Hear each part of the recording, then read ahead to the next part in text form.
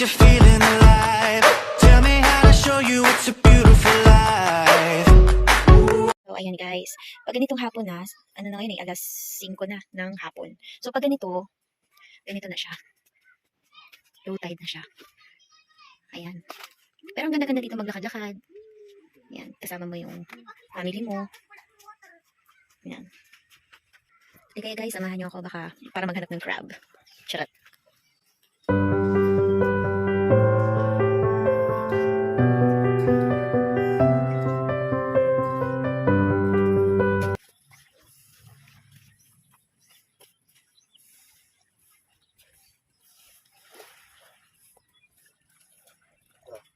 At dahil wala akong nakitang crab, magsulat na lang tayo ng I love you.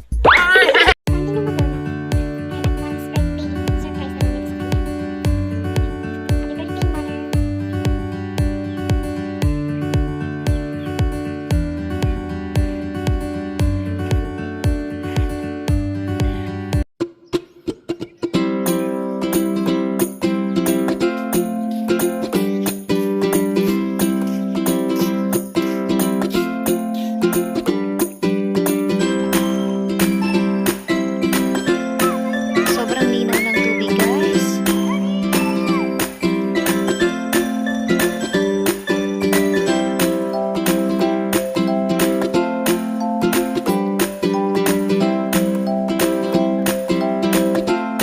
Ganyan siya sa malayo.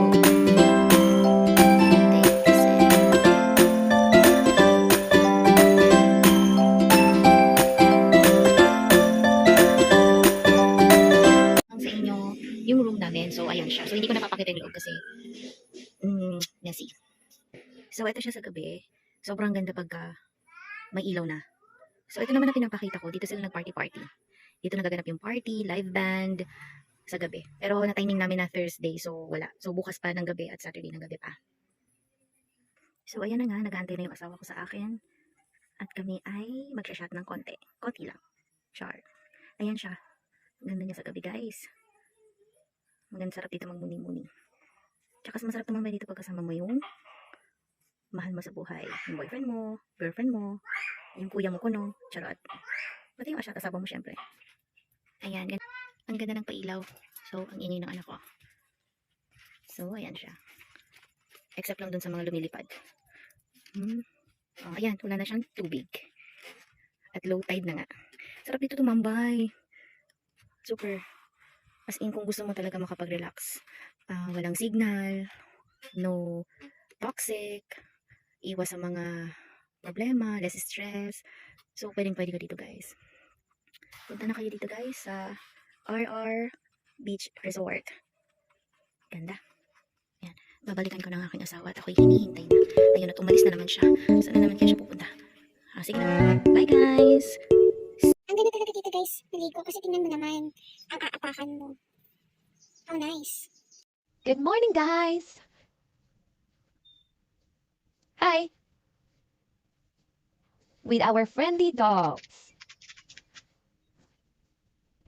Time check is 6:39 a.m. So, nag-aantay ako guys ng pwedeng mabilhan dito ng seafoods. Kasi ang mura lang dito guys sa mga bilihin. Compare sa market, nabibilihin mo ng mga isda, seafood, sobrang ang mamahal. Eto, halika na't mag-ano muna tayo. Swing-swing muna tayo. Ay, ayan na si ate. Yan si ate. Baka magbibenta yan ng isda at seafood. Mura dito guys. Kaya pag pumunta kayo dito, pag uuwi na kayo, bumili na kayo ng mga isda at seafood sa dito kasi mura lang kaysa bumili kayo sa market. Ang mahal. Tingnan mo yan. Low tide na naman siya. Di kami makakaliko. Anyway, mamaya, pauwi na rin kami eh. So, ayan. Morning, morning, morning! Sarap dito tumambay. Sige na guys, at magduduyan-duyan muna ako. Bye! Hi! Good morning! Kagigising lang niya. Wow! O, say hi! Hi! Wow!